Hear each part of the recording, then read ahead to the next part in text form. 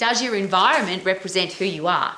So if somebody came to your house when you're not there, would they be able to tell what kind of person you are based on how clean your house is, how organised it is, what kind of art you have on the wall, what kind of books you have in the library, what kind of music you have in your music collection? If somebody looked at your life and you're not there, would your life represent who you are? Now, it doesn't matter because who's going to come into your life and who cares?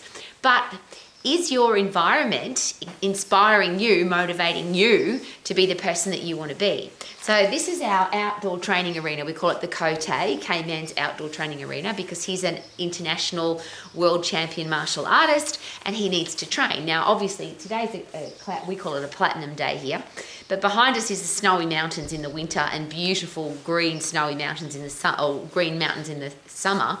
A great place to train. We have an indoor training arena just in case, well, there's a bit of free water coming out of the sky at the moment, but if it's snowing or really windy and you can't train outside, we have an indoor training arena. We have lots of exercise equipment. We have walls full of motivating, inspiring, successful people who have done awesome things with their life. We have a library full of books that are about people and their biographies and autobiographies of people that have done amazing things in their life. Now, I'm sharing that with you because if you came to our house and we weren't here, you get a really good idea of the kind of people we are. If you open our fridge, you'll see people have a great relationship with food. There's a stack of healthy, what some people would call healthy food, but there's beer and wine in the fridge. There's always chocolates and biscuits and ice cream in the fridge or on the bench. We have a great relationship with food, and you'd get that by coming to our house if we weren't there.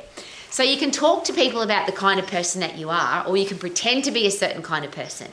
But is it possible that if your environment doesn't back up who you are, that either you won't feel comfortable about people looking into your life, or you'll feel uncomfortable when you go out to the world because you're scared that people will look into your life and see who you really are? And there's this great expression, I learned this a long time ago and I've lived my life this way. Who you are, what you do, what you say, even what you think, are they all the same? If somebody could read your thoughts, watch what you do when there's nobody watching, who are you when there is nobody watching is the great question. What are you thinking when you think that nobody can read your thoughts? What kind of person are you when there's nobody else there? Is that who you really are? And would you be embarrassed for people to look into your life and read your thoughts, or would you be excited about it? There's another great question I was asked a long time ago. If somebody wrote a book about your life, would it be a warning about how not to live, or would it be an example of this woman's had a great life because she's done this, this, this, and this? So does our environment have an effect on us? And that's the really interesting question, because you can say, oh no, but if you are surrounded by dark colours, if you're surrounded by negative people, if you don't have fresh air and sunshine, if your house is always dirty or messy, how does it make you feel? Versus if you've got a clean house, an organised house, you've got a house full of things that excite you. And now, if you come to my house, you'll see we've got some very unusual things here. People say our house is a cross between an art gallery and a museum. We've collected some great things in our life because we've travelled, we've been great places, we've met some awesome people, we've done some great things. And our home is a representation of that. Again, you certainly don't need to live the way we do, but I do get accused every day of being a happy, positive person, as does my gorgeous husband. How can you be so happy all the time? We've never met people as happy and positive as you. That's because who we are, what we do, what we say, what we think, the things that we surround ourselves with, including music, what we watch on television, which is nothing because we only now have social media in our life. We don't have any television stations at all, because I want to choose what I watch. I want to choose what I listen to, so I don't listen to the radio. I have an environment that is totally conducive to being a happy, positive, optimistic, solution-finding person, a healthy, fit, strong person. I don't have to think about going to the gym because I walk past gym equipment all day long. I punch the bag regularly because I walk past the punching bag inside and outside all the time.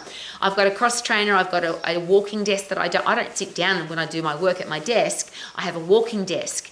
And I'm sharing all of that with you because my environment is set up for me to be healthy, fit, strong, happy, positive, solution finder, optimistic, all of my life. But my environment I've created the environment, and that environment then helps create me as a person every day. So if you don't like who you are, maybe one of the things to do is change your environment. Do you have a beautiful bed to sleep in? Do you have lovely pillowcases and linens to sleep with and under? Do you have great artwork on the wall that inspires you to do more? One of the things that we have at our house, every screen in our house are the televisions and the computer screens. That the television's on all the time, but it's our goal vision board running through the television. So every time I look at the television screen, there's a picture of something we've done, something we have achieved, or something we're going to achieve. I'm sharing all of that with you because there are so many miserable, grumpy, depressed people with low self-esteem, low self-confidence, people who are anxious, people who just have a miserable life, and I don't wish that for anybody. So maybe it's time to change your environment. If you don't have a great environment, does it have an effect on your life? According to the behavioural scientists, absolutely yes. Now, you might not have the opportunity to have an outdoor training arena like we have, but we created a life so that we could. And everything is designed to be financially free, financially secure, be good at what you do so that you can have a career that you love, so that you can build your life the way that you want to build it and live your life the way that you want to live it, so that you're not living somebody else's life, you're not living up to somebody else's expectations.